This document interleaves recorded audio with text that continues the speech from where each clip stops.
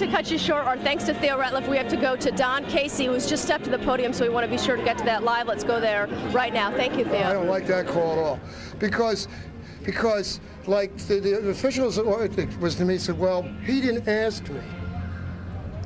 Well, I said to him, if that was a legitimate block, why would you give us the point? Why wouldn't you wave it off?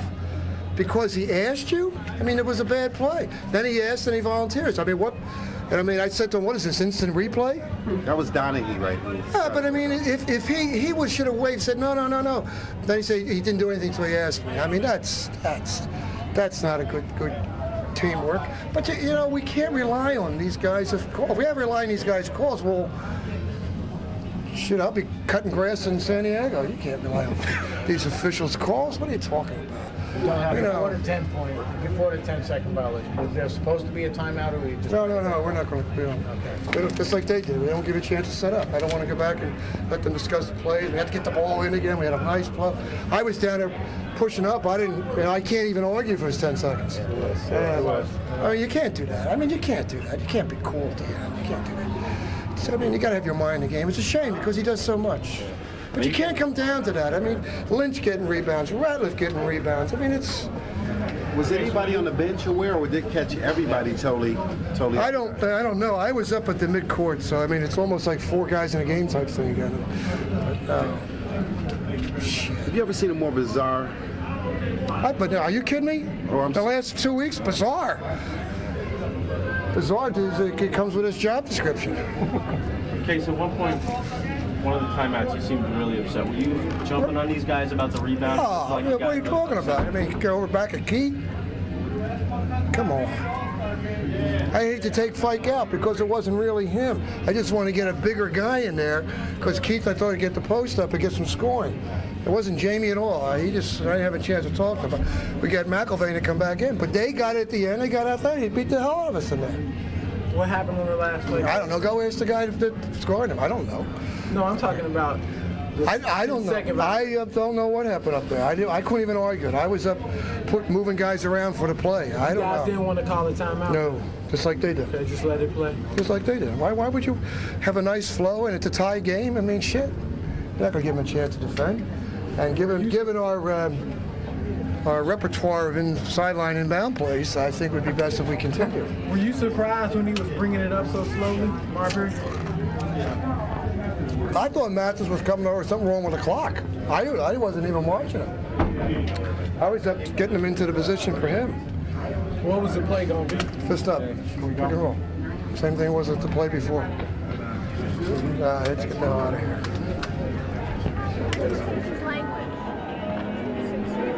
All right, those are the thoughts of Don Casey, and obviously not looking forward to this long weekend ahead. Some questions about the way this game ended. 76ers win at 92-90. Let's get some of their thoughts in this wild finish now to Ian and Bill. Well, Deb, it was exactly that, a wild finish down the stretch. The Nets are accustomed to those. We've seen them before, and this time the Nets elect not to take the timeout. No problem with that whatsoever, but Stephon Marbury did lose sight of the 10-second count, and a lot of it had to do, and something we talked about, was some, at least for a moment there, a confusion whether or not Don Casey was going to call the timeout. Marbury looked over, 2 seconds, 3 seconds went by, and then he slowed it down and didn't get across the midcourt line. Well, I thought Casey made a good point, though, with their difficulty getting it in at half court. Absolutely. It's wise. Secondly, in defensive, Stephon, you're used to looking up at the clock with 24 seconds. Right. And you know 14 is the danger point. 12.7.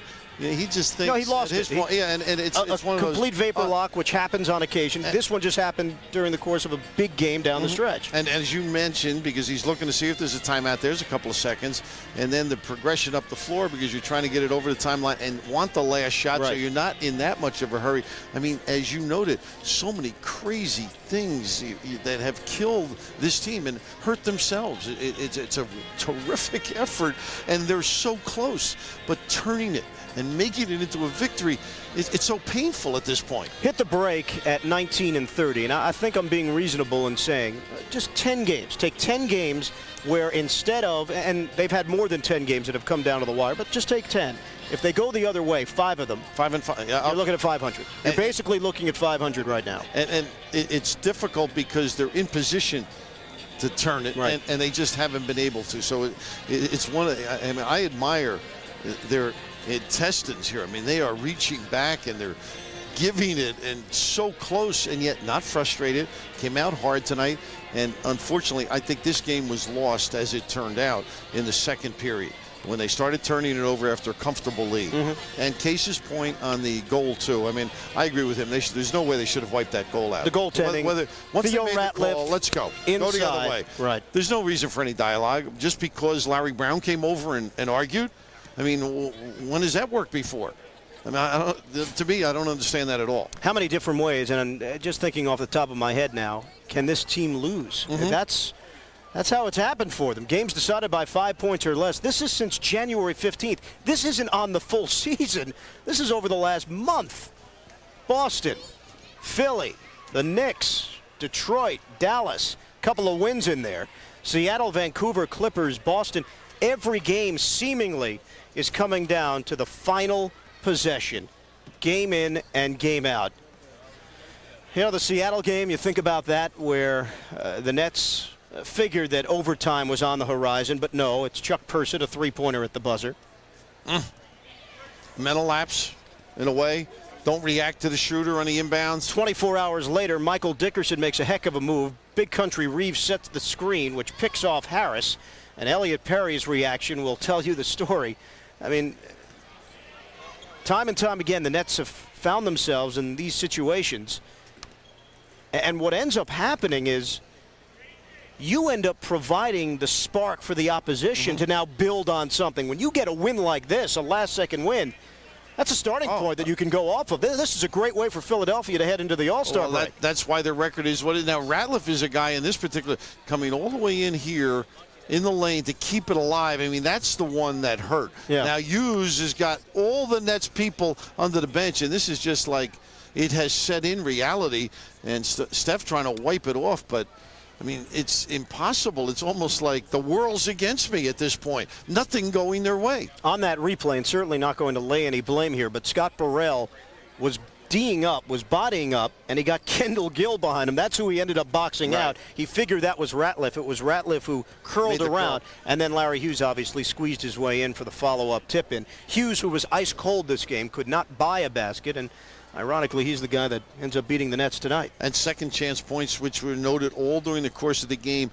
really boil down to identifying a guy and then hustling after the basketball. There are a lot of gut-wrenching rebounds that they're not getting. So that part has to be developed as the second season starts here. I mean, if they're going to do anything. I mean, they're close, but not good enough. And that's very frustrating for everybody involved with this team. You know, something else we're forgetting in this game because of all of the fireworks down the stretch. That's led by 21 in the second quarter. And gave a lot of it back and momentum as well. Billy, we'll see you after the break, all right? Good to enjoy your holiday. Thanks your very birthday, much. baby. That's You're nice such a to say. cute little baby. No, don't touch me, please. Deb Kaufman is standing by. She'll wrap things up here on Metro Guide.